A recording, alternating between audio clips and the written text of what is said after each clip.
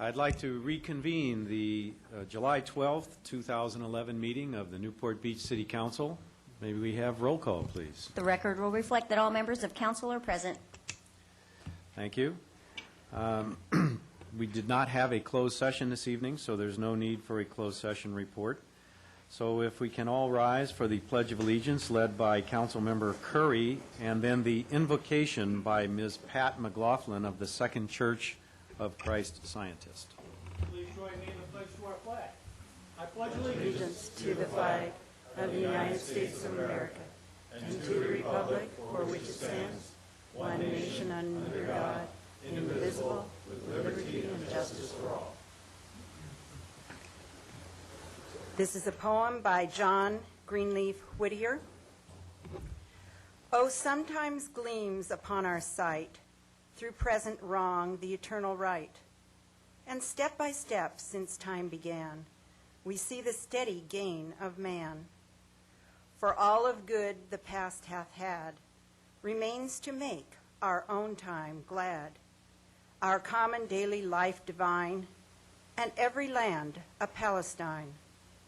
Through the harsh noises of our day, a low, sweet prelude finds its way. Through clouds of doubt and creeds of fear, a light is breaking calm and clear. Henceforth my heart shall sigh no more for olden time and holier shore. God's love and blessing then and there are now and here and everywhere. Amen. Thank you very much. It is with great pleasure that I announce the next agenda item, which is a presentation in honor, in recognition of the very, very good work done by a group of our residents in West Newport and on the peninsula to put through a sort of a breakthrough experience, I guess, culturally for us. And so I'll turn it over to Laura Detweiler, and who will lead the presentation. We could hit the lights. Thank you, Councilmember Hill. Well, good evening, Mr. Mayor, members of City Council. By now, I'm sure you're fully aware that 4th of July is for Families event was an overwhelming success, to say the least. Depending on who you talk to, the estimates vary a little bit, but I think we've landed on about 1,000 participants who took part in the parade and the festival. We had a planning committee of 8 who are here tonight that we're going to recognize who did a phenomenal job. We had 11 sponsors in total of the event. We brought in about $3,100 in cash support and then another $1,500 in-kind support. They say pictures say 1,000 words, and I think this stands true for the photos that I'm going to share with you. We captured how the event unfolded that day. This was a photo taken off of the back of the fire truck. This wasn't everyone. We still had about 10 more minutes, and folks kept coming from all over West Newport, and this is how the day began.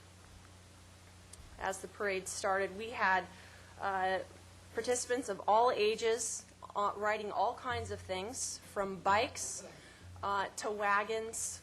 A last-minute injury to this resident did not keep her and her dog away. Her husband towed her down the street. I'm not even sure what that is. This was our youngest participant. He was a great asset to the event that day. Lots of people enjoyed visiting with him and taking pictures of him, but this family really went all out when they decorated his wagon. We had dogs and more dogs and more dogs. I think we had more dogs than we actually had people, and they were all decked out as well. We had bikes that were modified in ways that I'd never seen before, that were carrying dogs. This was fun to watch as well, coming down Balboa. This was a picture of the festival grounds. We had bounce houses. We had tug of war. This guy got best dress. This was our committee actually manning the refreshment booth, handing out donuts and fruit and coffee. We had families with dogs and more dogs. We had face painting, which was a huge hit. We also had game booths, dogs in tutus, lots of bikes. This was Bike Row. And this little guy, we wanted to make sure we gave him some airtime. He went all out with his costume and spent the day with us there as well. I think that's a VCR that he attached to his box. And what would 4th of July be without a sack race? And we have many people to thank. Our committee, just a great group. We just completed our wrap-up meeting before coming here and meeting with you. I think we're still on a high from the day's success and really excited about what next year will bring for us. But I do want to thank our committee members, Sharon Bowles, Mary Bryant, Cynthia Kohler, Richard Bergstrom, Jim Miller, Nikolai Glazer, Shirley Reinker, Melissa Chung, and our event chair, Meredith Cagle. Just a great group of people and someone we've got a lot of enjoyment working with in preparation for this event. And then we also had some sponsorship that really helped us kind of expand what we first set out to do on that day. Our media sponsors, Newport Beach Magazine, Newport Beach Independent, also Chronic Tacos, Scotsman Ice Makers, let's see, Newport Crest Homeowners Association, West Newport Beach Association, Newport Beach Police Management Association, Burr White Realty, Patsy McLaughlin, and Starbucks Coffee and Pavilions all contributed towards the event. And I will say that before the event even concluded that day, we had people come up to us saying that they wanted to be involved and they wanted to be sponsors next year, and they were really upping the ante in terms of what they had offered this year. So had a really great feel to it. I'm also really proud of all the work city staff did as well, Recreation and Senior Services, Fire Department, Police Department. Jeff is here tonight, and he helped us secure the route, which we were a little nervous about, and it went so smooth, and I can't thank Jeff enough for all his support in helping us get that done. And you know, municipal operations too, they're always behind the scenes and don't get a whole lot of accolades, but we couldn't have done it without them, as well as our Public Works Department. So we have the committee here with us tonight. They're the folks in the back row that have smiles on their face from ear to ear. And we've got certificates for them, and they've already got the wheels working for next year and thinking about how we might be able to fine-tune this event and make it even better than it was this year. So I want to thank them, and Mr. Mayor, we'd like to bring them forward, and if we can get a photo with you, that would just kind of be the icing on the cake. That's great, and I'll be glad to come down in just a second, but I can't pass the opportunity to make a few comments about all of this. This is nothing less than a cultural breakthrough for the peninsula and West Newport, part of a multi-year plan to really turn around the experience on the peninsula to make it a family-friendly event, one that we can all enjoy like the rest of Newport Beach enjoys the 4th of July. And I could not be more thrilled at the level of enthusiasm, energy, and participation from our residents that stepped forward to organize this with nothing ahead of them in terms of a template to think it through and bring it to life. And I especially cannot be more thrilled with the support of the city staff to help bring this about in this initial event. And that starts with Dave Kiff, right down through Laura Detweiler and the Parks and Rec staff. Matt, you did a fabulous job once again. And all of the rest of the staff, police department, everyone. This is just really thrilling. We'll find out more on the business end of things from the chief of police here in a few minutes, but it's just so nice to see and that we've got positive experience now building for this event, and I look forward to coming years. We won the battle, I think, this year. We haven't won the war. We're going to keep fighting the battle and turn this thing all the way around to make it what our vision is for the 4th of July. And so thanks again. Let's take a picture.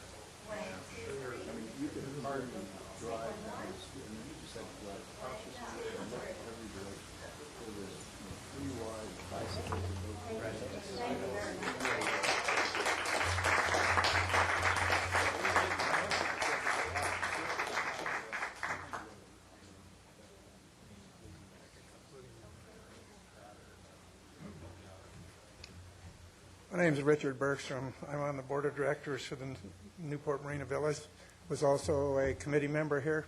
And I just want to make a concluding remark. Last year, I remember standing here. We had so many problems at the marina from all the problems. And I just want to acknowledge and tell you how much we appreciate, both on the committee and the Newport Marina Villas, the great work that was done by Brower and Officer Lewis in guarding the community.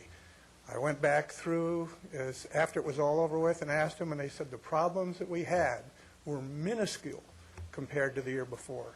So the war is on, and we are winning it. And I just want to acknowledge the great work they did, because that was a big part of making this successful. Thank you. Thank you, Richard. I didn't receive a single email of complaint about the 4th of July this year, so I took it that we did have a success from that. Okay, I guess, Chief, are you going to be making some comments here? Well, good evening, Mayor Henn and members of the City Council. I first want to say that, that I, too, was extremely impressed, extremely excited, extremely proud of that parade that took place in West Newport on the 4th of July. I had no idea. It was well beyond my expectations, I'll tell you that. I was hoping we'd get at least 35 people or so to show up. And I'll tell you, I told my wife, I said, hey, if we ever plan a party and we want a lot of people to be there, let's talk to Laura Detweiler and her staff and talk to Tara Finnegan, and they'll pack the house for us. But I want to congratulate them and for the great work that Laura and her staff did. It was terrific. Tara, I saw some of you there. I saw Councilmember Curry leading the parade in our 51 vintage Ford police car. I saw Councilman Rosansky out there on his bike. Obviously, Mr. Kiff was there. I think a few of you were out there also that I didn't see. But I thought it was great. Great support from all of you, and more importantly, great support from the community. And I want to thank the community for all their support, and it was terrific. I will tell you, in our efforts to be more family-friendly, that first half of the day was absolutely nothing but family-friendly out there in West Newport. And that was refreshing to see, and I want to thank all of you for your support and for making that happen. I want to talk about the second half of the day. As expected, in the afternoon, we started to get the larger crowds, and we knew that was going to happen. But I will tell you anecdotally that this is my second year that I've seen this here in Newport Beach. From my own perspective, I thought the crowds this year, although we still had the large crowds, we still had some problem folks, I thought the crowds themselves were a little bit more behaved this year. And talking with my staff and also talking with a lot of the community members. I spent a lot of time out in the community both last year and this year and talking with a lot of the residents. And all the feedback I've gotten so far is this was one of the better years they've seen as far as the activity in West Newport and keeping it under control.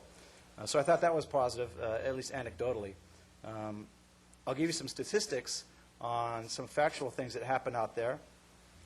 What you need to know, first of all, is the direction I gave my officers and the officers that we brought in from the other agencies. I attended every briefing and told them exactly what we were trying to do and make this a more family-friendly atmosphere. And I asked them to be a little bit more aggressive this year in taking care of the problems that are here that are distracting from that family-friendly atmosphere, and asked them to be a little bit more proactive with their enforcement. And as a result, they were. Our arrests were up 11% this year. We had 119 arrests versus 107 last year. 85% of those, again, like last year, 85% of those were non-Newport Beach residents. They came from out of our city. The average age of those arrested was 24 years old. The oldest was 77. The youngest was 16. Citations. We increased our citations written this year by 26%. Our officers were at 1,093 citations this year. Like I said, that's a 26% increase. However, on the flip side of that, Our calls for service this year dropped by about 5%. We had, the police department handled 1,096 calls for service this 4th of July. Our party calls dropped by 10%. Our disturbance advisements dropped by 72%. Last year we wrote 93 DACs, or disturbance advisements cards. This year we had 26, which was a huge decrease. Like I say, a 72% decrease, which I think is moving in the right direction. This year, of course, we started the new loud and unruly gathering ordinance, and we are pretty positive that just the threat of that hammer was effective in the way that we advertised that. Matter of fact, we had several people that told us that. We actually got phone calls from people that said they've canceled parties because of the threat of that ordinance, and they thought their party would get out of hand. Nonetheless, we still tagged 15 houses over the weekend, 15 houses over the weekend, and one of those houses, the responsible person decided to pull the tag off their house, and they ended up being arrested for that violation. She apparently didn't want her, I think it was her uncle's house, and didn't want him to find out, so she was arrested for that offense. All in all, it was I thought, a very successful year, very much moving, at least the statistics, I think, show that we're moving in the right direction. I want to give a lot of credit to a lot of folks that made this happen. I want to first acknowledge some of my staff. Captain Johnson was the incident commander for this event this year. We kind of divided up a little bit different this year, but Captain Johnson was the incident commander. He was overall in charge of it. I had Lieutenant Brower was in charge of our operations, who really drove this and put the operation piece together. And part of that operation is what he did, which was new this year, is we separated the peninsula into 3 different areas and assigned a lieutenant that was specifically in charge of that area and made him responsible. Told him he's accountable for that area. And in this case, I think Lieutenant Lewis had the worst part of it, and he took it to task and did a great job. We had soon-to-be Chief Tom Gazy in charge of logistics. He did a great job there. There's a lot of logistics that go behind this, or into this operation. We had Lieutenant Bill Hartford, who was in charge of our planning and intelligence for this, and Lisa Newman, who handled our finances for this. And all of them did a tremendous job, and I wanted to publicly acknowledge them and thank them for the work they did, as well as the many officers that we had, both Newport Beach officers as well as the outside agencies that came in to help us. Outstanding job. We opened up the streets. We started opening up the streets this year at 6 o'clock. 6 o'clock, which is the earliest we've ever opened up the streets. They were completely open by 7 o'clock. So that was a good sign as well. And when we opened it up, people were flowing out, which is a good sign. So all in all, we thought it was a very successful year. We still had our challenges. Don't get me wrong. We still had some problems we had to deal with. Like I said, 119 arrests. But I think we're moving in the right direction, and I was real happy with the operation and how things went this year. So with that, do you have any questions of me? I had a question. With regard to the loud and unruly gathering ordinance, you tagged 15 homes, but how many citations under the ordinance did you actually issue? 16. What we did for most of the homes, when we tagged them the first time, we wrote the responsible party for that event, and we did not cite all the party goers. We waited to see if that party stopped or broke up to see if we needed to cite the party goers. All of them stopped right away. Really? Right when we showed up. Yeah. They right away. And we made it clear. We walked out. We had our officers assigned to the different blocks, handing out brochures, walking up to the potential party locations and saying, listen, this is the ordinance. Here's a brochure. This is what it's about. Understand this is what happens. This is how we work this. We don't want you to get one of these, but know that this will happen if your party gets out of control. So in most cases, we had officers just walk up to the location, and it broke up the party right away. Okay. And I guess a couple of the houses that were tagged were not actually on the peninsula. Is that right? That's true. The tags, these 15 that I'm talking about, that was the entire weekend. That started on Friday night, so that's Friday, Saturday, Sunday, and Monday. On 4th of July itself, I believe there were, 11, I think there was 11 tags, 10 or 11 tags on the 4th of July itself. Well, I haven't had any emails from landlords or owners at this point, but I imagine some of them haven't received their notices yet, so we will yet to see what the reaction is to that. But, Chief, thank you so much. Thanks to all of your guys and women on the force that helped make this a success. We really, really appreciate it. Thanks. Yeah, we can clap. Sure, why not? Okay, thanks again, everyone. Let's move on then. The notice to the public. The city provides a yellow sign-in card to assist in the preparation of the minutes. The completion of the card is not required in order to address the council. Speakers must limit comments to 5 minutes on agenda items. The council has the discretion to extend or shorten the time limit on agenda or non-agenda items. As a courtesy, please turn cell phones off or set them in the silent mode. Now is the time for council announcements or matters which council members would like placed on a future agenda for discussion, action, or report. Councilmember Daigle I have none. and Councilmember Curry. I'd just like to make the announcement that recently the Orange County Taxpayers Association recognized the Association of California Cities Orange County for their work in pension reform with their annual Rose Award. The principles that were outlined by the association have been adopted through Mayor Henn's leadership as part of our compensation philosophy. We were the first city in the county to adopt those as a formal policy, and that flows right from the recommendation or the recognition from the Taxpayers Association for our work in pension reform. So I just want to acknowledge that and the recognition received by the OC Tax. Okay. Councilmember Selledge No announcements. and Councilmember Hill. My only announcement is that I became a grandfather on Friday morning very early. I'm very proud of my son and daughter. Councilmember Rosansky Nothing, thank you. and Mayor Pro Tem Gardner. 2, there was a letter in the pilot this morning, and just for those listening, you don't have to bother writing a letter. You can just email one of us, and you'll probably get even faster results. But this was about street sweeping in Corona Mar. Did you see the letter? And he's right.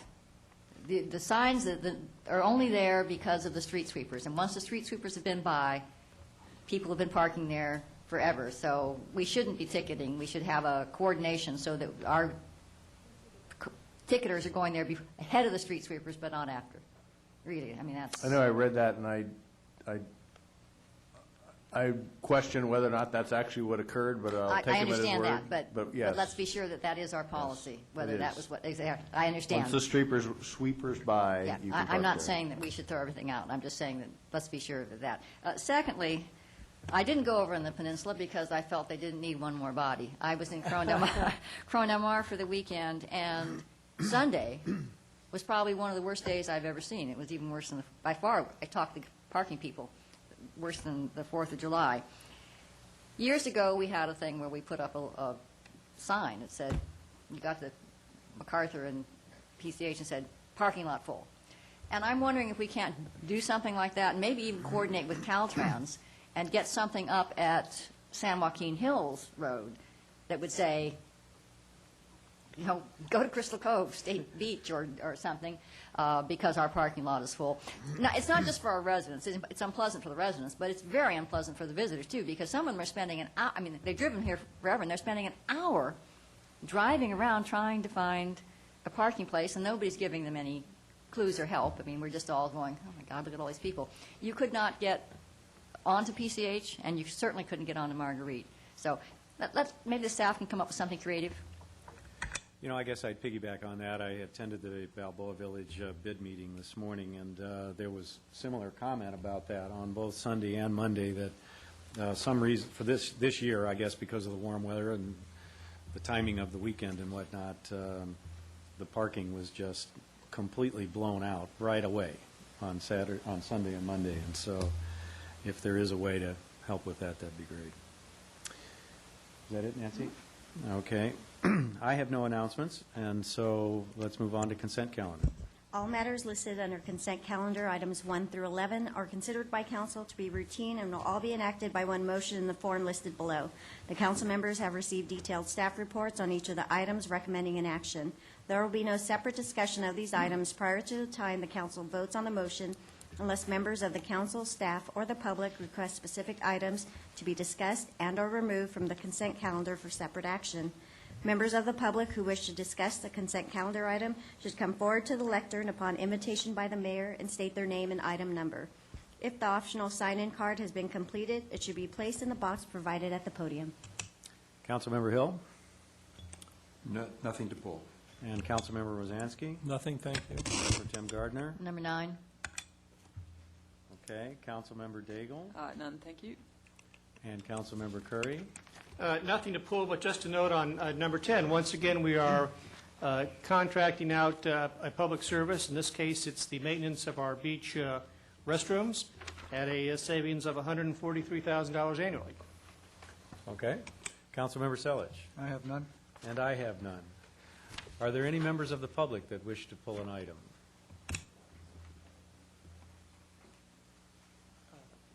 My name is Jim Mosher. I'd like to comment on number 3. You wanted to pull item number 3? Yes. All right. Any other members of the public wish to pull a consent calendar item? Seeing none, I'll bring it back to council. Do we have a motion? Yes, move items number 1 through 11 with the exceptions of 3 and 9 and the continuance of number 7. And a second? Second. All right. Please vote. For item 3, there's ordinance number 2011-17, an ordinance of the City Council of the City of Newport Beach amending Chapter 2.12 of Title II of the Newport Beach Municipal Code pertaining to administrative departments or organization of the city, and I realize that was pulled. Item 4, ordinance number 2011-14, an ordinance of the City Council of the City of Newport Beach amending Section 14.30.030D and adding Chapter 15.80 to Title 15 of the Newport Beach Municipal Code pertaining to the Building and Fire Board of Appeals. Item 5, ordinance number 2011-18, an ordinance of the City Council of the City of Newport Beach approving a zoning code amendment to change the zoning designation of property located at 3363, 3369, and 3377 Via Lido and 3378 Via Porto. Item 6, resolution number 2011-81, a resolution of the City Council of the City of Newport Beach affirming Coastal Commission approval of local coastal plan amendment number NPB-MAJ-19 for coastal land use plan amendment number LC 2009-001. With that, the motion carries unanimously. All right. Thank you. Okay. So with regard to items pulled from the consent calendar, Mr. Mosher, you pulled item number 3.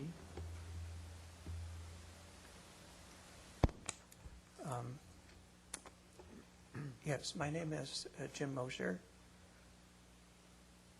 When this was on the agenda at the last meeting, I was thinking about coming about, but restrained myself because you had a very full agenda. You don't seem to have such a full agenda tonight. This item number 3 is an ordinance restructuring the city departments, which is a fairly major operation. I'm sorry, I'm not very well prepared. Which is the responsibility of the council to set up the organization and assign functions to the various departments. So it was a little surprising seeing this go from introduction to adoption tonight without any discussion.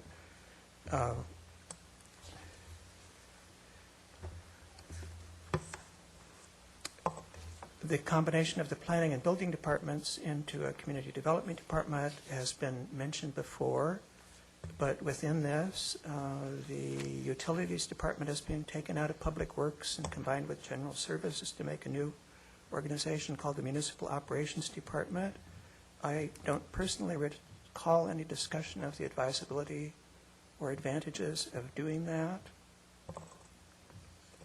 In addition to the typographic oddities of this that Councilwoman Mayor Pro Tem Gardner noticed, the ordinance is unusual and it doesn't have a finding section at the beginning indicating what motivated it and what it's trying to accomplish. Some minor points in it. The second paragraph, second section, section 212.020, is mentioning department directors. It implies that the city attorney and the city clerk are in charge of what the city council envisions as being department directors, because it says all directors except them. But if the council is intending to assign any functions to the city attorney or city clerk that are not already in the charter, they don't seem to be spelled out in this ordinance. I think we have a very excellent city manager, and the city has gotten along pretty well for a number of years without paying much attention to this chapter. So perhaps it doesn't matter what it says here, but it seems very uneven, a little odd in places. And one thing I would point out to you is at the end of every department, there's a line that was never there before that says, here are the functions assigned to the department, and then, for instance, Community Development Department is H, but it's the end of every single one, and it says such other functions as may be delegated by the city manager or the city council. That kind of vitiates the entire purpose of writing what the functions are here. It's redundant to say that the city council can add new functions because the charter allows you to do that by resolution or ordinance. But the charter says nothing about the city manager adding new functions to these different departments.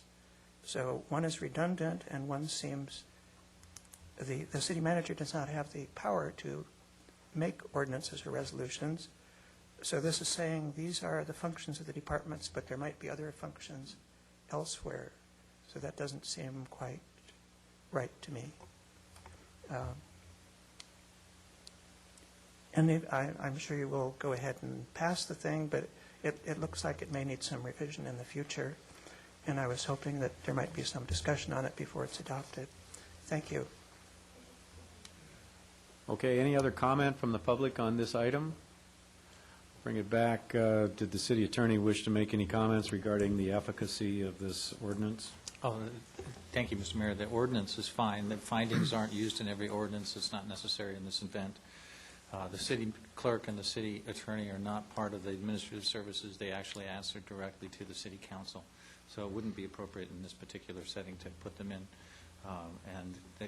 This is a standard operation with the city manager, who's in fact your administrative head of the government pursuant to the charter as well as this ordinance, to delegate certain things that he, within his discretion, to his department. So I would say this ordinance is ripe for adoption. Okay. We have a motion to approve. A second?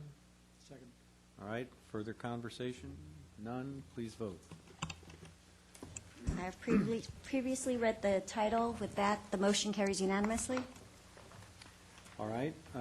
Next is item number 9. Mayor Pro Tem Gardner. Yeah, this is on the farmers market. I'm a big supporter of farmers markets. I think they serve a social purpose as well as other functions. But I have a question about this. This is talking about waiving the business license fee. What do we do for the Corona Del Mar farmers market?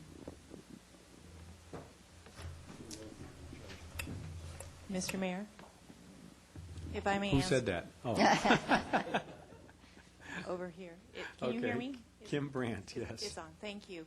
I just wanted to indicate that this waiver for business license fees for the organic farmers is new to this license agreement. It is not in place for the Corona Del Mar farmers market, but it is something that we could consider for that.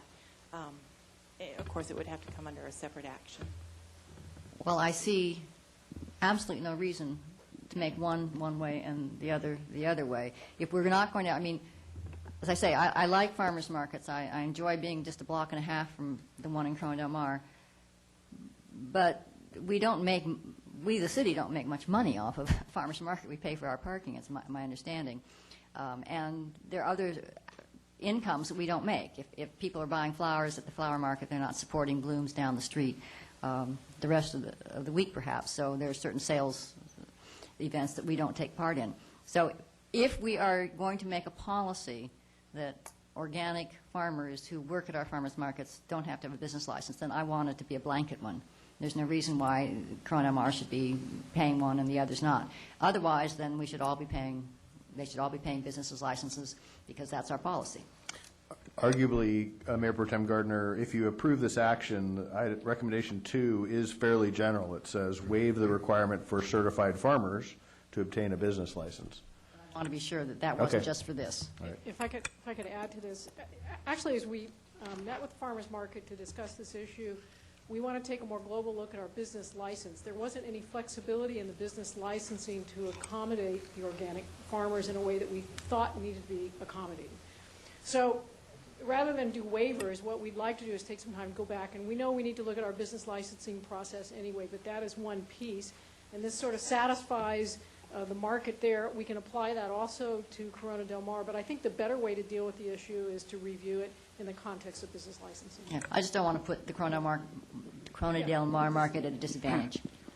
Are we drawing a distinction here between, quote, certified farmers and people who might be selling, I don't know, sugar puffs or something, or one of these things?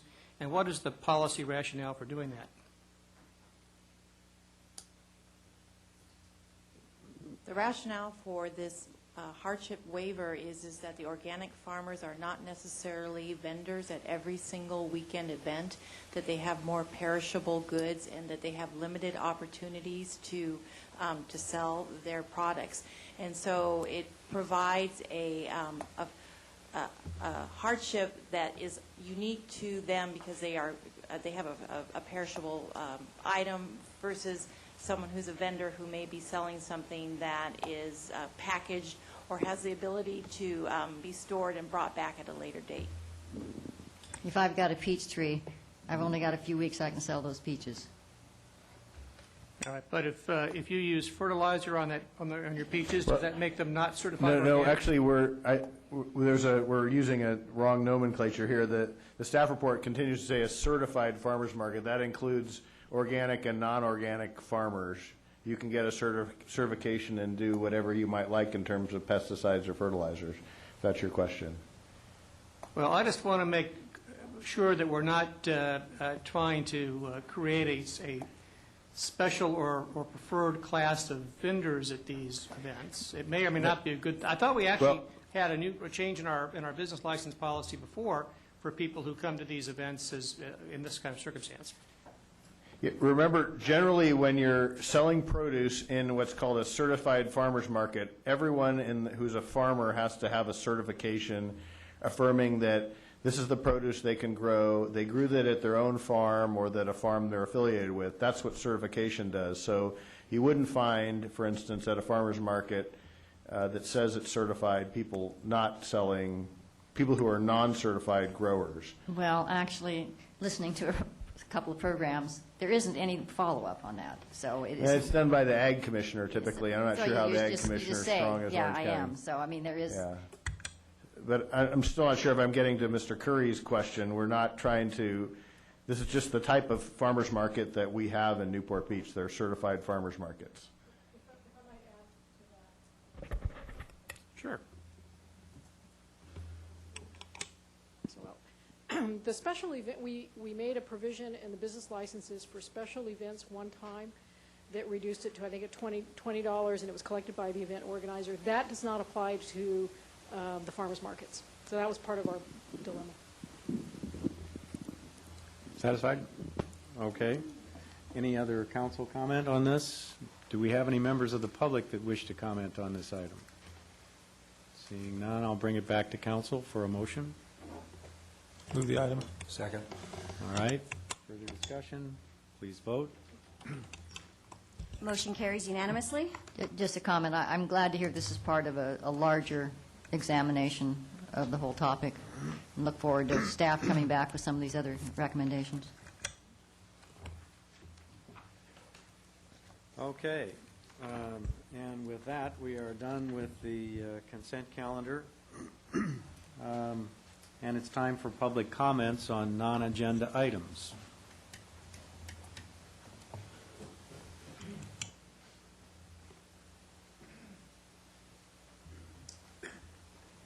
I'm Joel Slutsky, resident of Lido Isle, and I just have a question.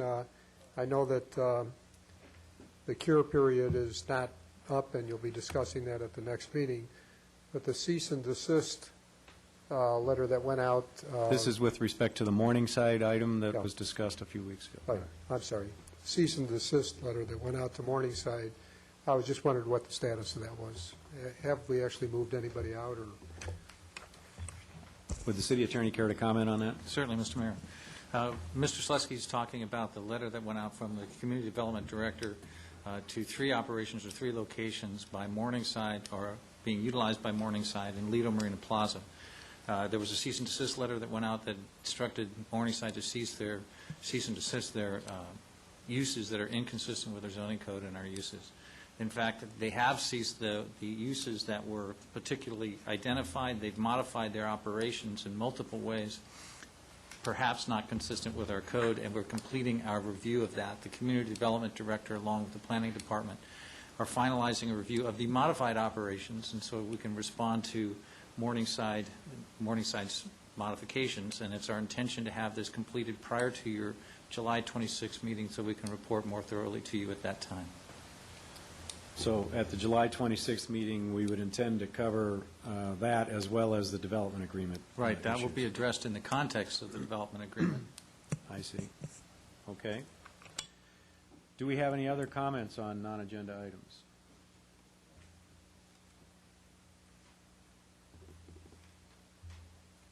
My name is Gordon Glass, and I'm a resident of the Bluffs, and I'd like to speak about the Dennis Holland situation.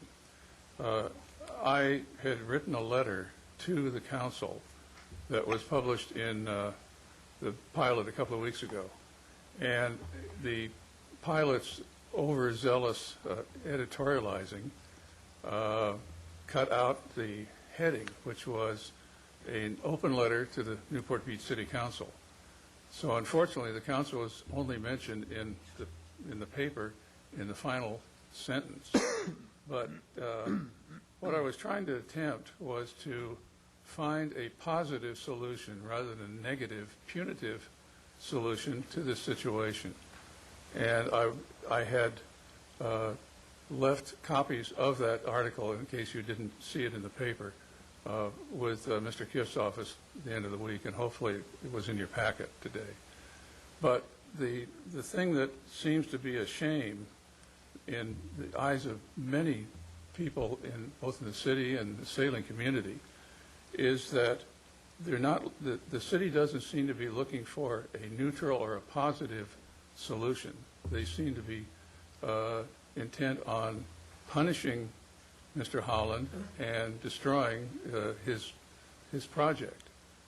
And I think that that's a real shame coming from the city government of what is known all over the world, at least in the sailing communities all over the world, as a sailing city. We should be encouraging the type of thing that he wants to do. Admittedly, he's doing it in an awkward place. But I think the city should make every effort to help him get the boat in such a shape that it can be moved from an inappropriate location to an appropriate location. And that's why I made the suggestions that perhaps if the city will give him enough time to get the thing in such condition it can be moved safely without destroying it, then the city could be part of a public effort to show what can be done in preserving nautical heritage. So I would just ask that the city keep an open mind on this and continue to look for ways to make this happen. Thank you. Thank you. Other public comment? Dave, I was wondering if someone could take this. My name's Max Lisk, and I would like to hand you down. I wanted to do a little more organized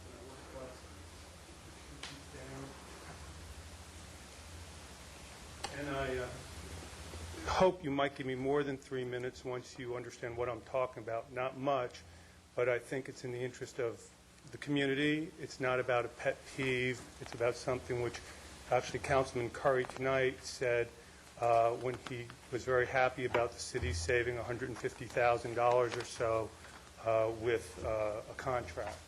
And what I'd like to say tonight is there are two common denominators about what I'm going to talk about. One's quality of life and the other is generating revenues by asking certain businesses and residents to pay a fair price for additional resources beyond those utilized by most residents. And the three things I wanted to focus on, and I don't expect any closure here tonight, is I really like the loud and unruly gathering ordinance, not only as a homeowner, but I think it starts to turn things around a little bit when people use resources of the city in a way which is beyond what most of us use the resources for. They pay for it. It's very simple and fair. And I think if that could be looked at for businesses who have problems, or certain establishments get more than their fair share of police calls, maybe we can look at that, and that might help things. Number two, one thing that I spoke to Dave Kiff about, because I was curious about it, last week when I sat in on the restaurant, ran down from my home, I was saying, who's paying for all this stuff, these appeals? And I did some reading, and one of the things I learned that, yes, in certain instances, a business person or whoever will pay for it, but in certain instances, the city staff is not being charged, if you will.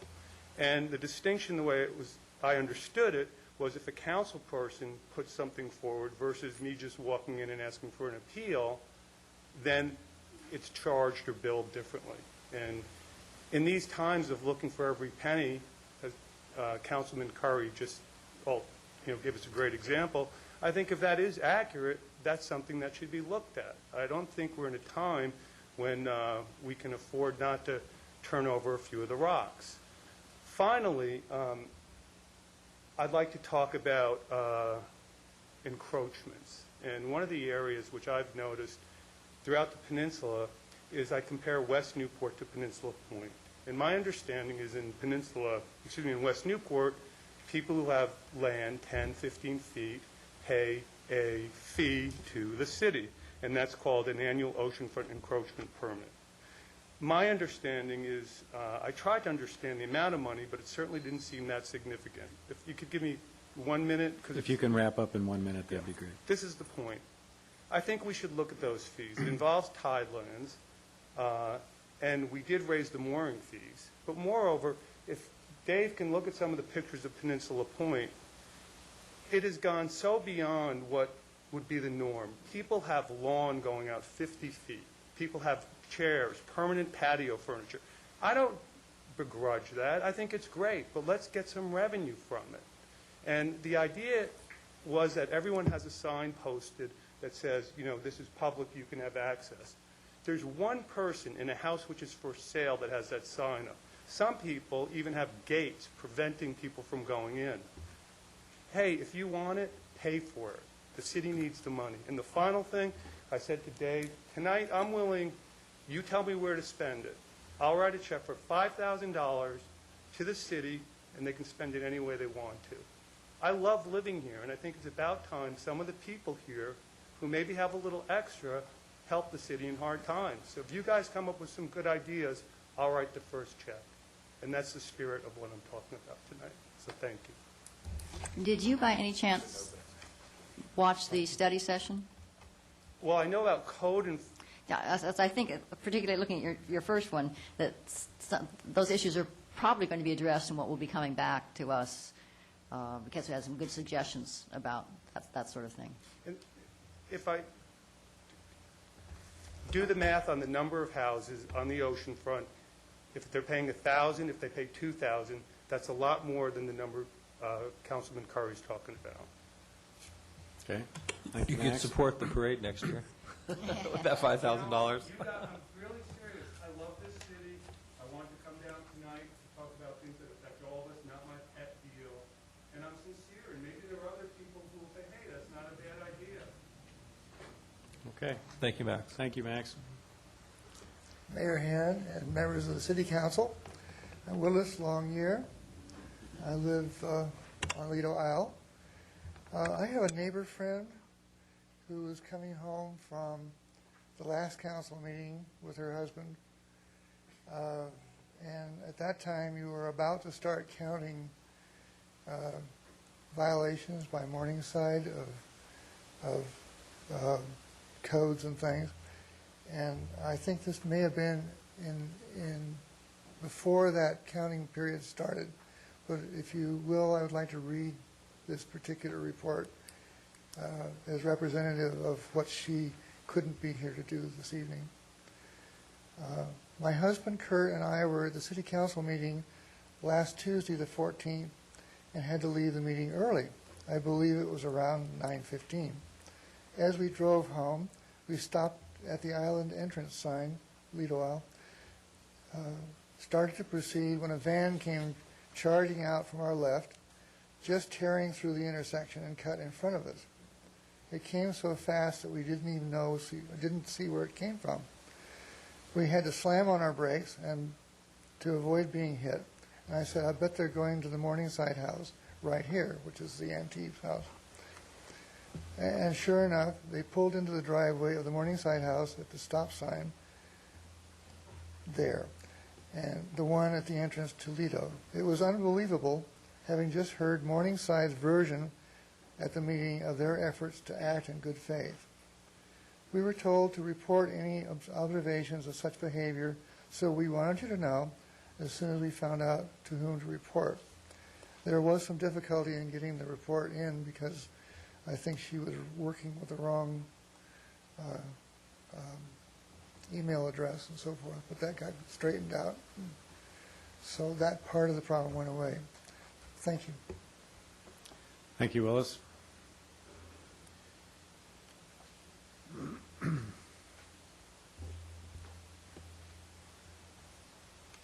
Mayor, City Council, Mike Brant-Sawatsky, Lido resident. I just want to let you know I had a very pleasant meeting with your new head of community development, Kim Brandt, and we talked about an issue that came up at the study session. I couldn't attend that earlier today. But the issue really has to do with code enforcement, and you've heard some refrain of that from several speakers tonight. And I just want to tell you an apocryphal story, and it's a story that speaks to the issue of code enforcement. It comes from the Middle East, about a Bedouin, patriarch of a Bedouin family, who had his sons and the daughter, and had his household, and had a turkey that he really liked. He believed the turkey gave him virility. And one day, someone came and stole the turkey. And he was very upset. He told his sons, go find the damn turkey. And the son said, Dad, it's just a turkey. Go find another turkey. He says, no, you got to find that turkey. He said, Dad, don't worry about it. A couple of weeks, months went by. His camel was stolen. And the son said, geez, Dad, someone's doing some bad things. They said, you got to find that turkey. I told you to find that turkey. And they said, well, we'll get another camel. A few more weeks went by, and the goat was stolen that gave them all milk. And the son said, geez, we got to do something. I said, yeah, you got to go find that turkey. Well, they couldn't find the turkey, and finally, something really bad happened. They came and raped his daughter. And he said to his son, see, I told you, you've got to find the turkey. And it speaks to the importance, I think, of code enforcement in a level-headed but consistent way. And it starts with the very basic aspects of code enforcement. Thank you. Okay, thank you. Any other comment?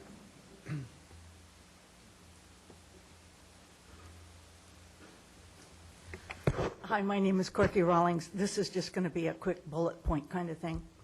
I'm a small business owner on Old Newport Road, and I lose track of time. Some time ago, we heard about the property being developed on Sid Stouffer's property, which is adjacent to mine. And so went to planning commissions, heard those reports, came to city council, who heard those reports, heard about in lieu parking, heard about additional square feet, went to whoever we could go to, came down to parking enforcement department, and last Wednesday, we got notices on our cars that Thursday they would be towed if they were parked on the street in front of this area. And there is now a chain link fence from Rogers Antique Shop down to the peninsula. It's just a frustrating thing that to us old-timers, this old-timer, the architect Brian Jeanette, the antique store, the beauty parlor, the mechanic, those of us who have been there a long, long time, that our parking is definitely in jeopardy, and it's not going to get any better. And it seems that it would be only fair that somewhere, sometime, someone could have the common sense to say, this building is too big and it demands too much parking and we can't allow it to go on. I just wanted to bring that to your attention. Thank you.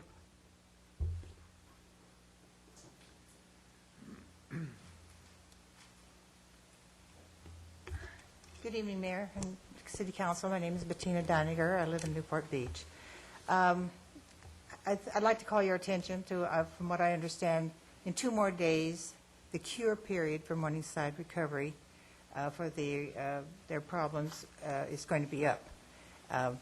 We're not going to be here, and you're going to decide on this on the 26th. So I think, while you're thinking about this, I just wanted to point a few things out, that this was a testing period. And I think it's time to look at this development agreement. It hasn't been a good thing for the city. It hasn't been a good thing for the residents. And I don't think it's really a good thing for the clients who have to be shoved into, I say shoved, wedged into buildings that are 3 feet from their neighbors. This is not a therapeutic type of situation at all. I've been down to Betty Ford. I've seen how they treat people. They seem to have a better than average cure rate. And they don't deal this way at all. They don't bust people around and all that sort of thing. I mean, that's the situation that is here. But I think I challenge you to have a solution here.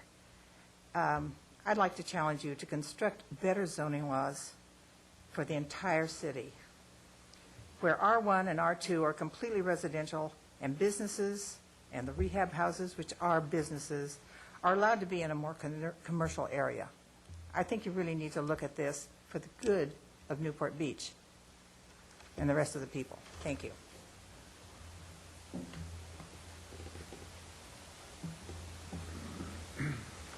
Tom Billings, Newport Beach resident. I'd just like to comment on a couple things. One is on Mr. Liskin's comments regarding what would be equitable in terms of the fees charged for beachfront areas that are considered public, but that are being used on the boardwalk section of West Newport versus the Peninsula Point. I think it's good that that's being looked into, and it sounds like you guys are going to do that.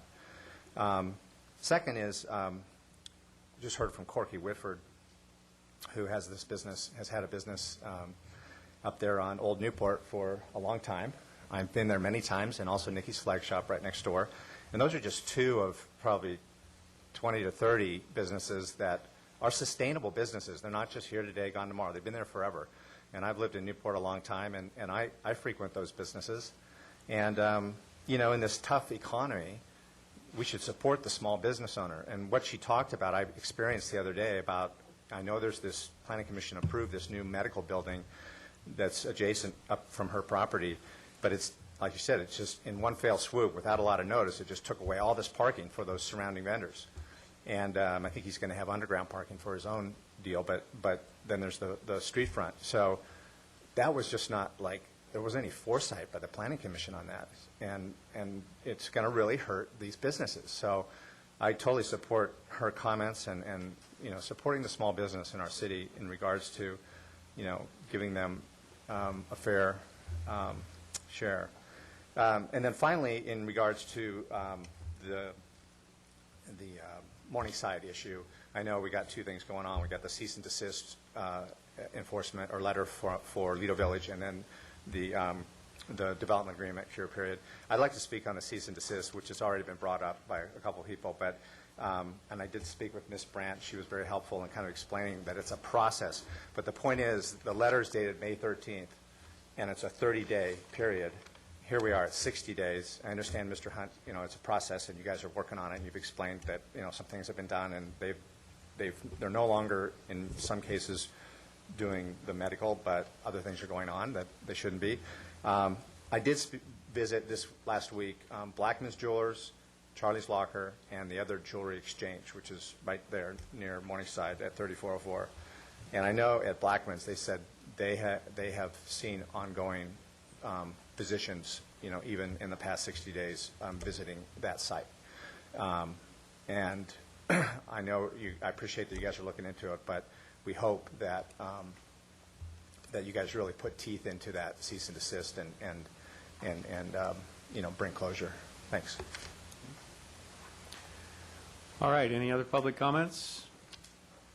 Okay, thank you. We will move on to oral reports from City Council on committee activities. Councilmember Daigle? None? Councilmember Curry? Yes, this afternoon, the Finance Committee had a very interesting meeting to get an update on some things that are happening in the city. As you know, recently we voted to bring in a new parking meter vendor. And that vendor has now been working for 2 months, plus the 4th of July holiday. And we saw the first data from that vendor. It seems that parking meter revenues are up during this 2-month period by 31%, about $177,000, and that 40% of the people who use our parking meters are now using their credit cards, something they couldn't do before. So we think that that's a very encouraging sign that's promoting both more efficient use of our meters and greater revenue for the city, and hopefully creating opportunities for people to have more convenient parking experiences when they come to visit the city. The other thing we did, and we're still looking at the numbers because they're still being finalized, but we looked at how we closed the books for 2010 and 11, and between the combination of increased revenues that exceeded our projections and reduced expenditures that came in under budget, it appears that we will be able to have a surplus and contribute to reserves of about $5 million this year, more than we had expected. So once again, my congratulations to the staff at the Finance Department and to all of the departments who worked very hard to achieve this result this year. Okay, thank you. Councilmember Selich? No reports. And Councilmember Hill? No reports. Councilmember Rosansky? Yes, I'd just like to mention that we had our first meeting of the City Redistricting Committee, and we're going to be having our next meeting on July 21st at 4 p.m. here in the council chambers. We had a pretty lively discussion. There's not a lot of members of the public here, but the ones that were here were very vocal. Right now on the city website, you can see the PowerPoint presentation that was given at the meeting showing the current situation with the districts and 2 proposals that the staff had come up with. And so we'll be discussing those, and we had invited the public also to make their own submissions as to what they felt might be appropriate redistricting lines. So we'll be discussing those proposals as well at the meeting on the 21st. Thank you.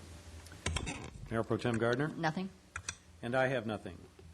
So we can move on now to current business. And the first item, the only item for consideration, is an ordinance amending Chapter 11.04 of the code pertaining to parks. Laura? Good evening, Mr. Mayor, members of City Council. I'm Laura Detweiler, Director of Recreation and Senior Services. And this item is requesting your approval of multiple amendments to Chapter 1104 pertaining to use of parks, facilities, and beaches. 1104 was last revised in 2004 and was in need of updating in several areas. As you're aware, the Recreation and Senior Services Department manages the use and scheduling of recreation facilities and is requesting these changes to successfully program them for the public safety and enjoyment while maximizing their use. Several recommendations for changes include general language cleanup, the inclusion of definitions for beaches, instructional activity, and smoking.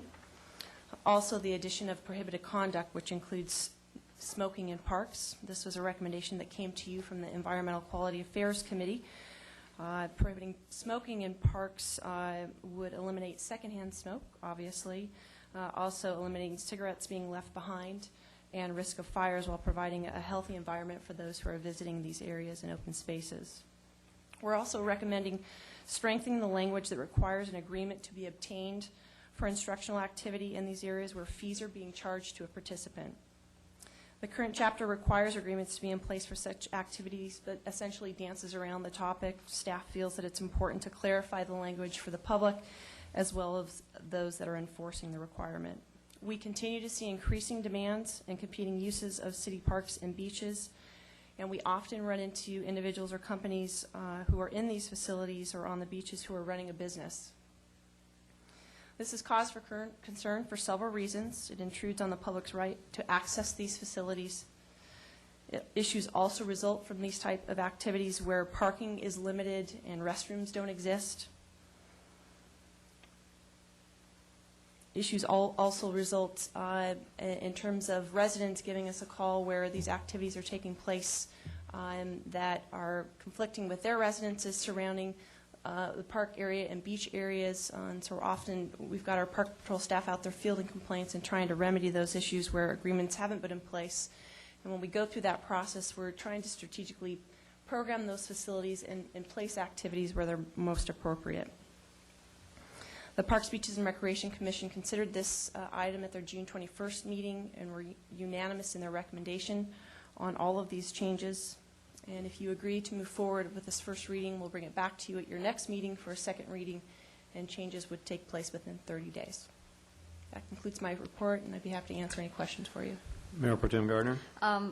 You talk about beach or beaches and what they mean, public walkways. So I know I get complaints about the stairs to Big Corona and China Cove, that people come out early with their drill instructors and the neighbors are like, I want to get up this early. So that would include, if they're going to use those walkways to the beach, or to beach areas, and have a class running up and downstairs, that would cover them? Correct. You would need to have an agreement in place. And those are the folks that we really want to work with, where we're finding most of the complaints coming in, where they're in heavily impacted areas.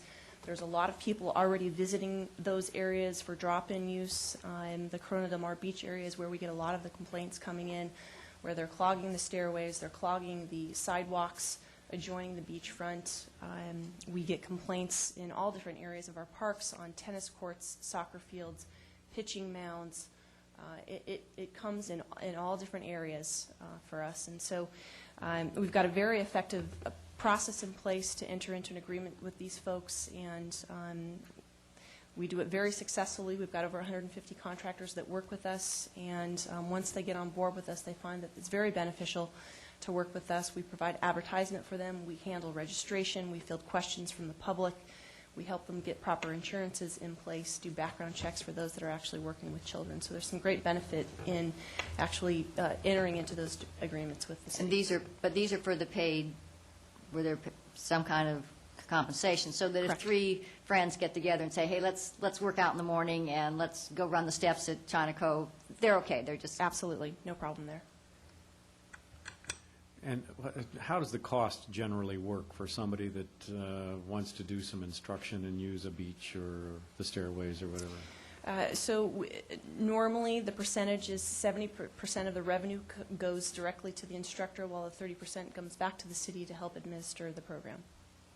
Okay.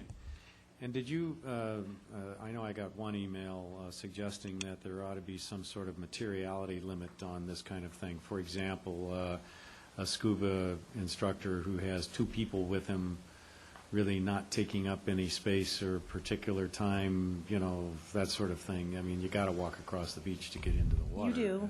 You do. So how do you, did you talk about that? Did the commission consider that idea?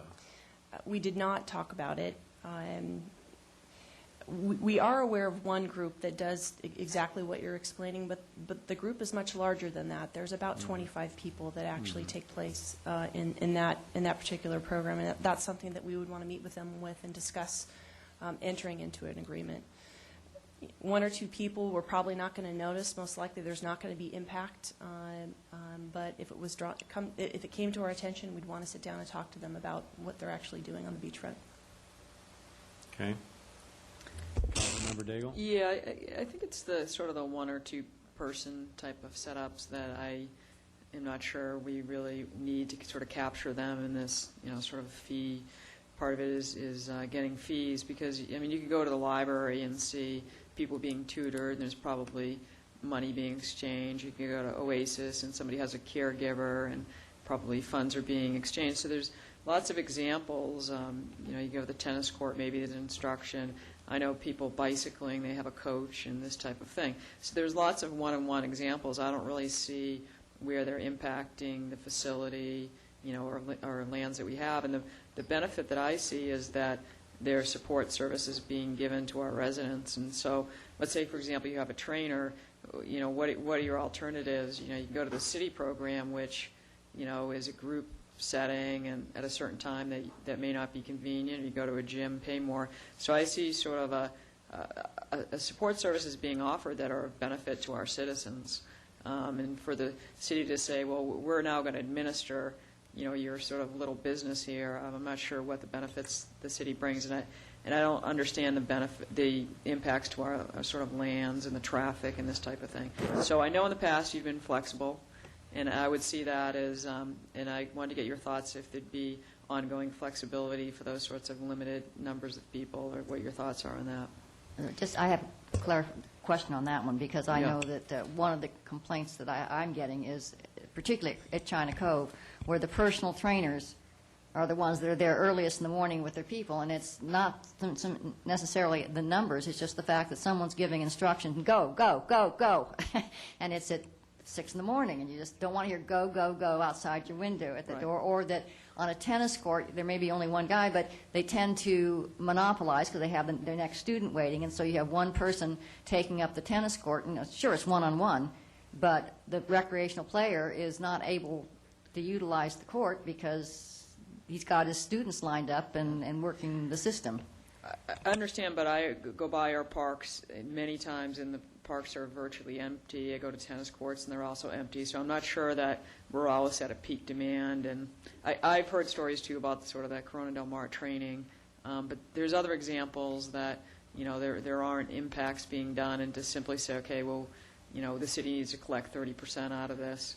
I don't support that. But anyway, maybe you can address it, Laura.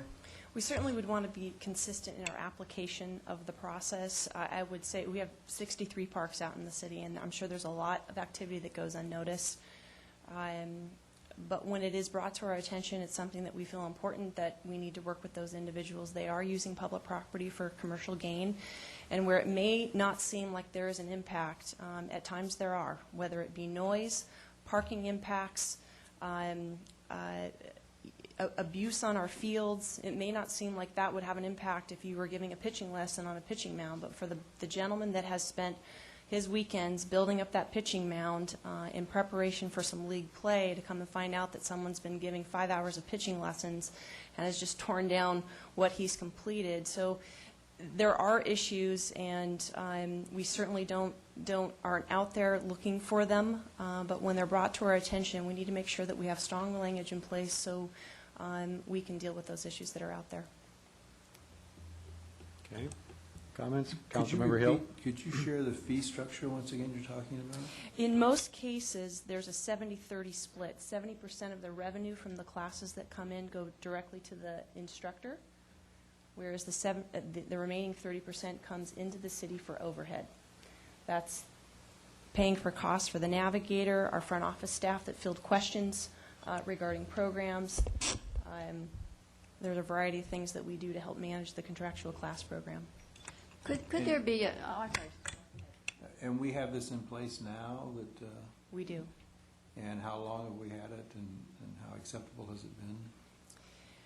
I can date back 15 years that it's been in place. It was in place when I was here back in '91. This is common practice throughout any of the cities that I've been in, and it's effective management of our facilities, and at the same time providing recreational and leisure opportunities for our community at the same time. And these are private sector companies that come in and volunteer to sign up with this agreement, and then you help them in the manner that you discussed earlier. Correct. It goes beyond help. I mean, they also utilize the city's registration and payment mechanisms and so forth. I mean, you provide sort of a turnkey administrative function for Absolutely. these small group activities. Yes.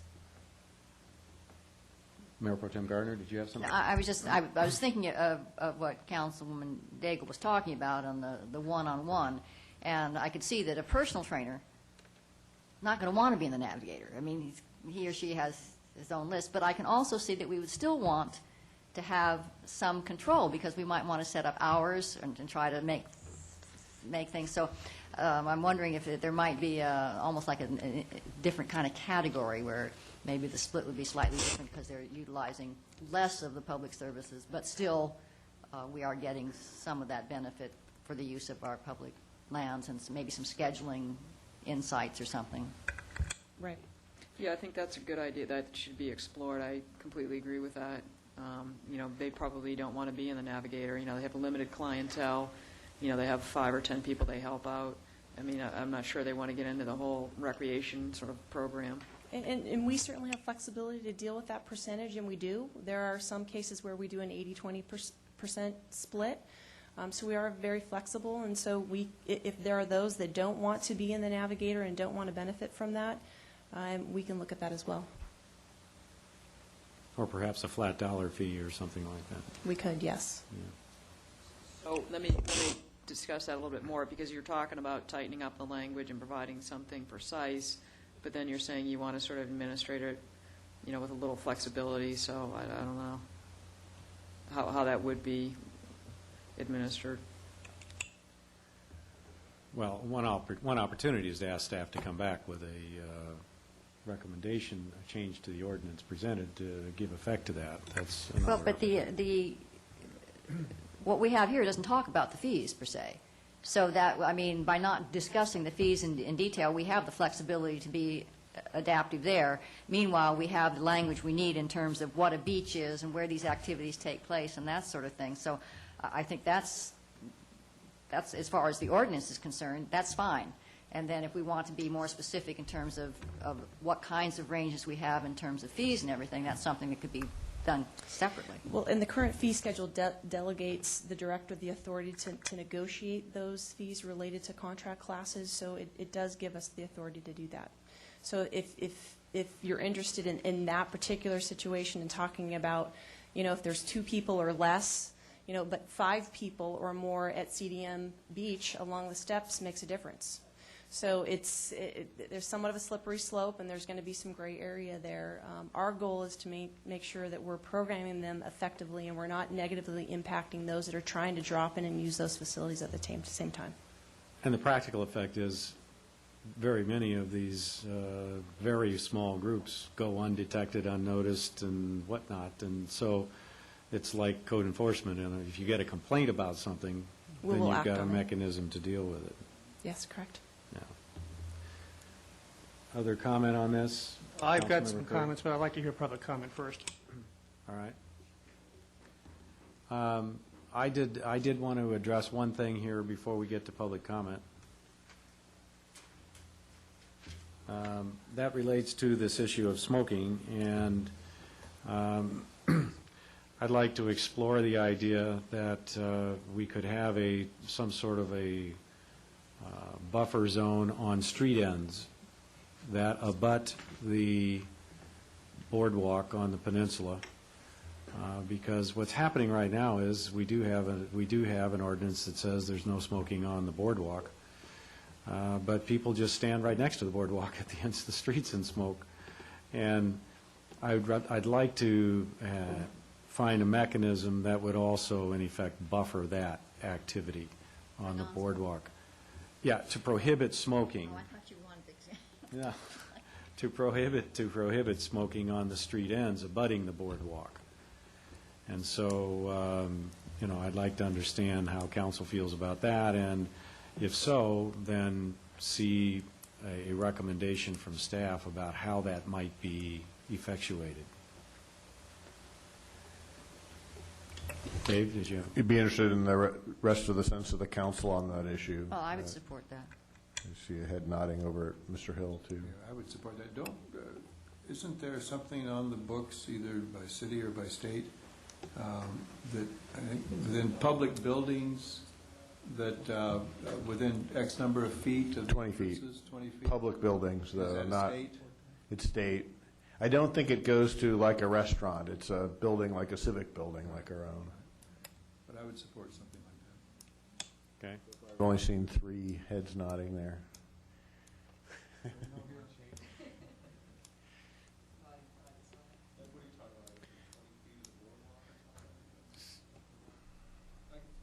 Okay.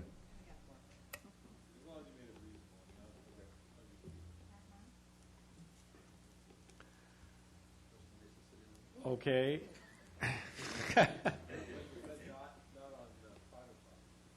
No, this would be on street. As I understand it, street ends on the peninsula, and I guess what the discussion will be, right, where the boardwalk gets banned, yeah.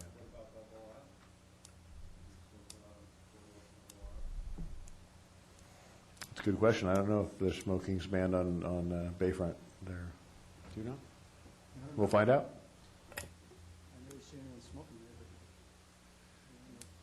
Okay, let's let that issue rest for now and go to public comment. Does anyone have comment on this item they would wish to make?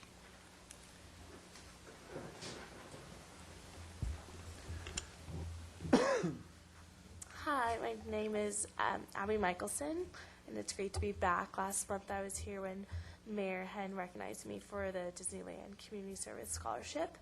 And before I start my presentation, I would like to send a special thank you to Nancy Gardner for her continued support. I'm here tonight on behalf of the American Heart Association with Kent Willett, the incoming president for the Health and Heart Club that I founded at Newport Harbor High 2 years ago. And we are here tonight to tell you that we support this initiative to ban smoking in parks, and we would also support your idea with the buffer zone on the peninsula. Our club has been active in speaking out against smoking through school-wide activities, including anti-smoke days and tobacco activism activities at our annual health fair. I was part of one of the Environmental Quality Affairs Committee meetings where we were discussing this, and more recently I was in D.C. where I received the honor of National Youth Advocate of the Year from the Campaign for Tobacco-Free Kids, so this issue is something I'm really passionate about. When I was in D.C., I met our Secretary of Health and Human Services, Kathleen Sebelius, and she and her department are doing a phenomenal job in tobacco control on the federal level. So I think it's time that the city of Newport Beach takes similar action, which we're already pretty good with the beach, having it banned entirely on the beach. And so our parks should be smoke-free too.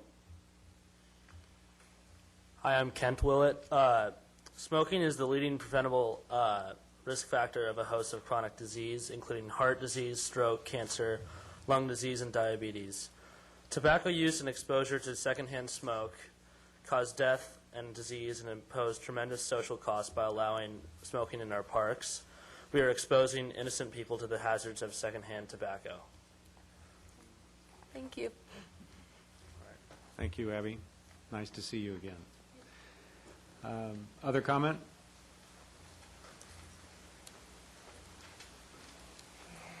Good evening, Mr. Mayor, council members. My name is Pilar Tellez. I am a Newport Beach resident and a longtime volunteer for the American Cancer Society, and also a 15-year cancer survivor. I'm joined in the audience tonight by fellow society members asking for your support to protect the health of our community from secondhand smoke exposure in our local parks and beaches. Exposure to secondhand smoke is a serious yet preventable threat to non-smokers and smokers alike. By banning smoking in parks and beaches that families and children frequent, you will help create healthier public spaces. The benefits of these healthier spaces are twofold: reducing or eliminating secondhand exposure for many residents, and also helping smokers who are trying to quit. There is a wealth of scientific evidence that supports the dangers of secondhand smoke exposure. Studies have shown that environmental tobacco smoke, ETS, also known as secondhand smoke, has been classified by the U.S. EPA as a known human carcinogen. In addition, the U.S. Surgeon General's report released in 2006 states that secondhand smoke is a serious health hazard to which there is no risk-free level of exposure. Even brief exposure has immediate adverse health effects on adults and children.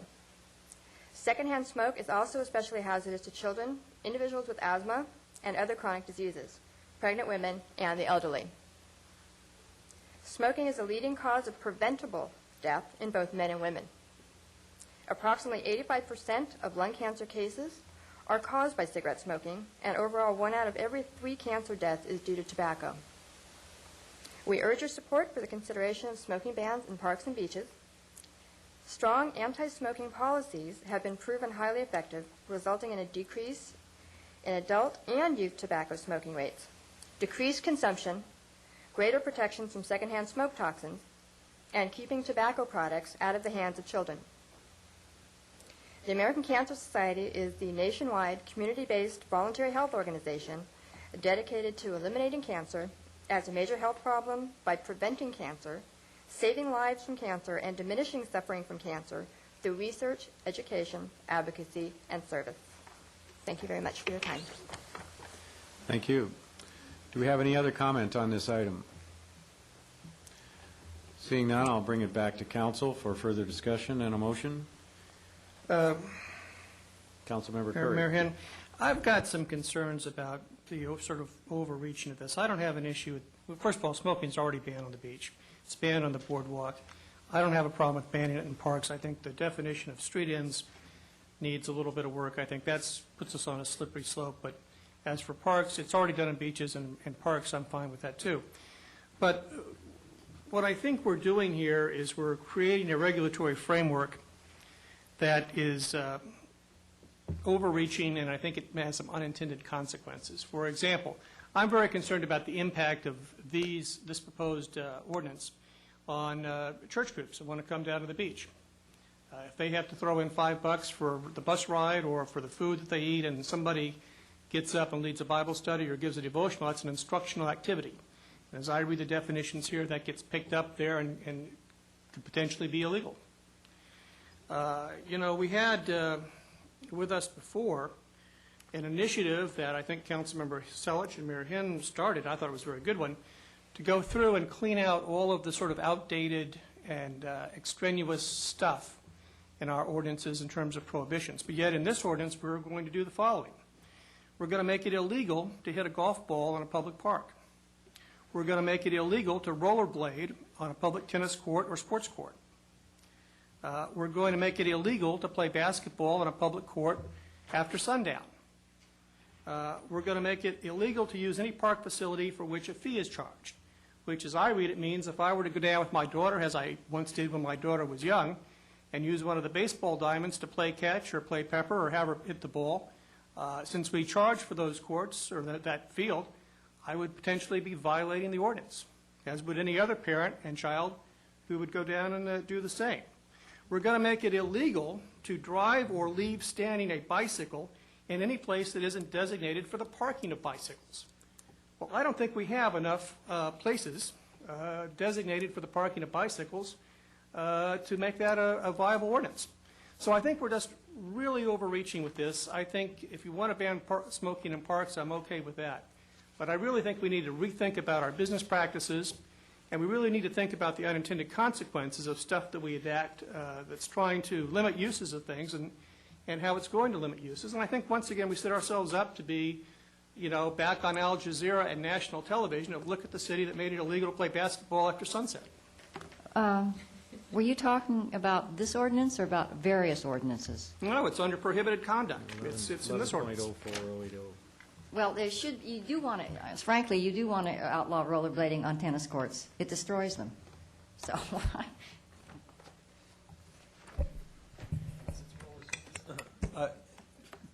while you're looking that up, I was also struck by the bicycle thing.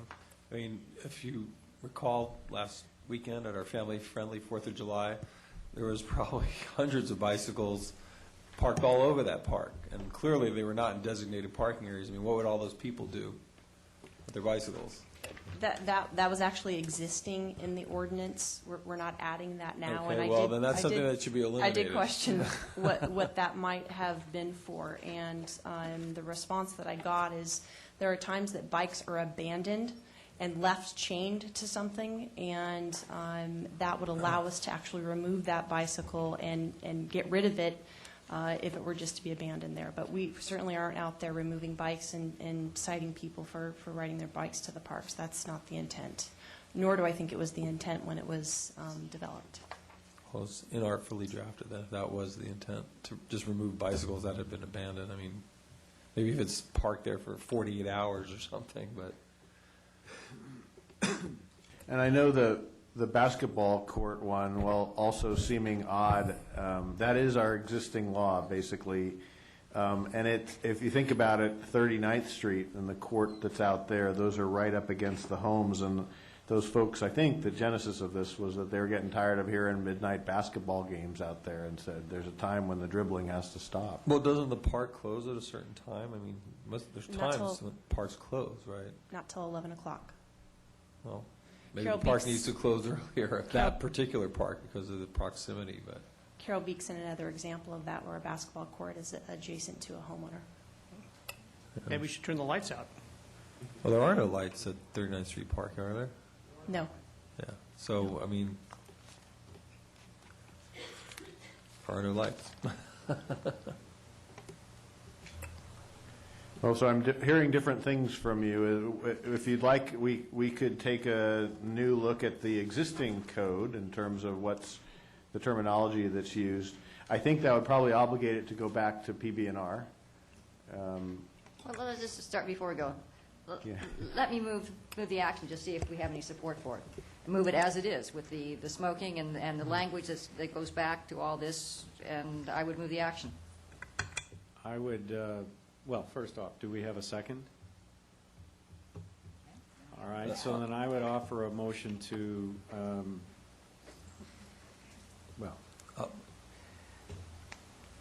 I'll make a motion.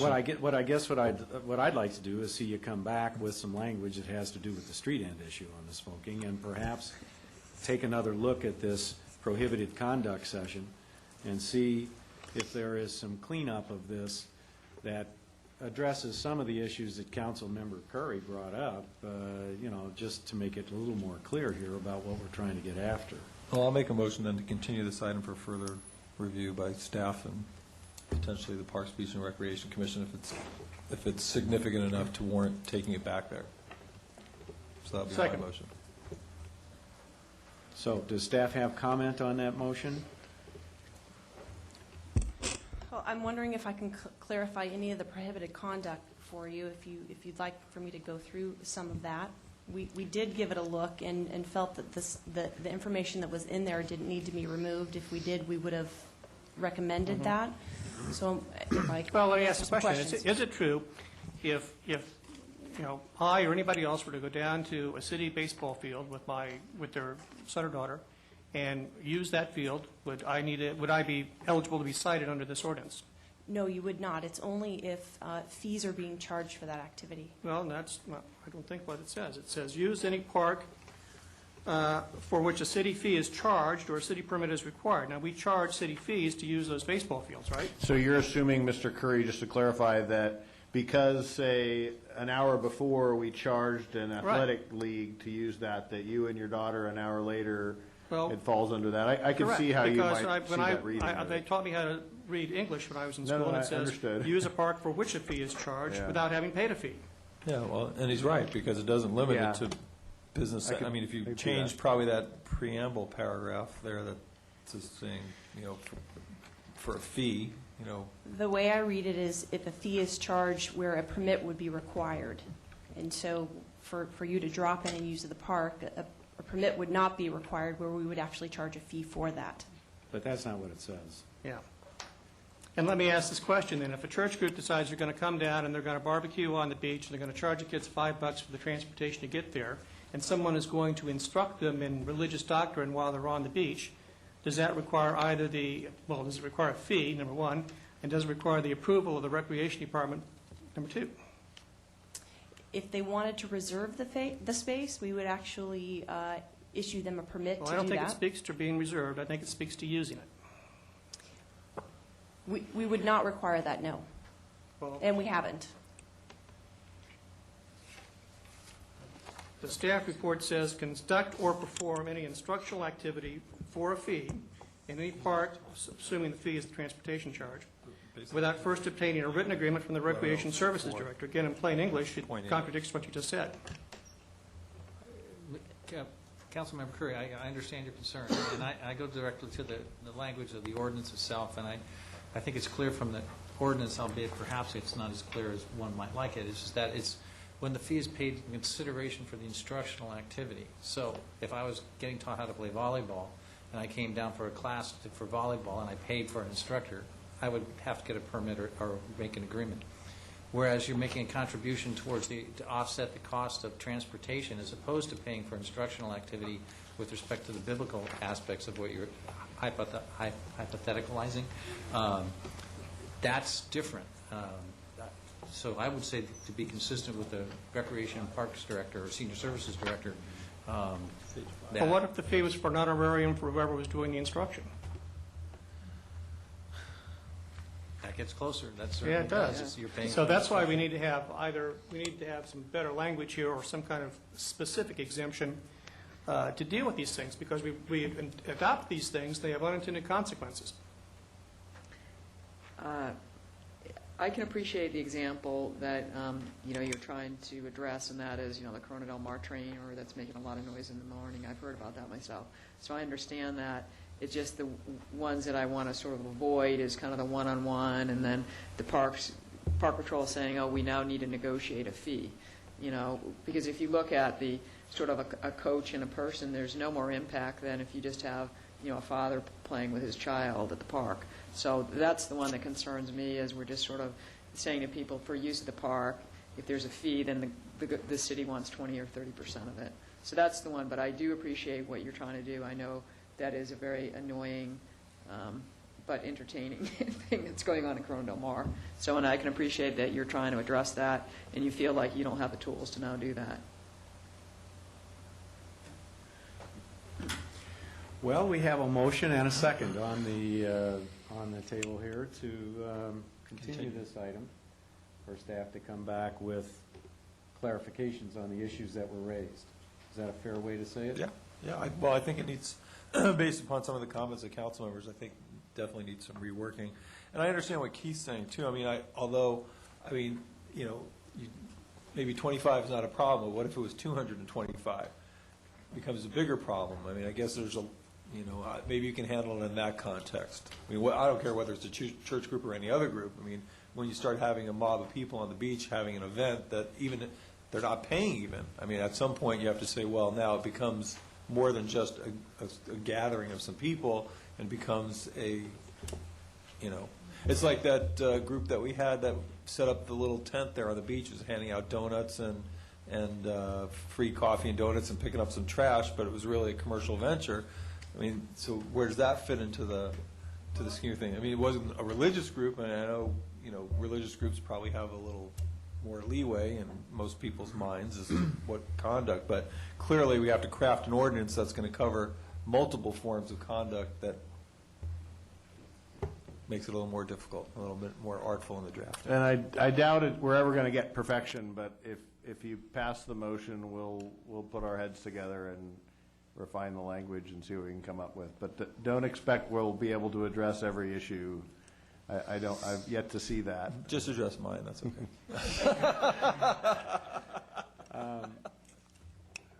Okay, well. Motion and a second. Motion and a second. Is there any further discussion? Please vote. With Councilmember Gardner voting no, the motion carries. So I guess I would only add to that, I would leave it up to your discretion whether or not you think this needs to go back before Parks, Beaches, and Recreation. It just depends on what you come back with and how material you feel it is by way of change. Okay. Well, that was interesting.